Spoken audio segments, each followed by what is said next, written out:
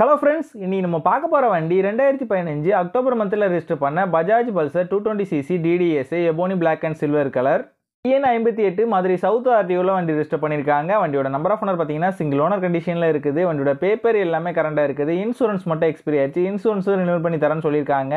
வண்டியோட physical condition பார்த்தீங்கன்னா எக்ஸலண்டான கண்டிஷனில் இருக்குது. வண்டியோட இன்ஜின் கண்டிஷன் பார்த்தீங்கன்னா தெளிவான செல்ஃப் கண்டிஷனில் இருக்குது. வண்டியோட பாடி அவுட்லுக் நீங்களே பாருங்கள். இந்த விதமான மேஜர் டென்ட்டோ மேஜர் ஸ்க்ராச்சோ இல்லாமல் நீட்டான கண்டிஷனில் நல்லா மெயின்டைன் பண்ணியிருக்காங்க.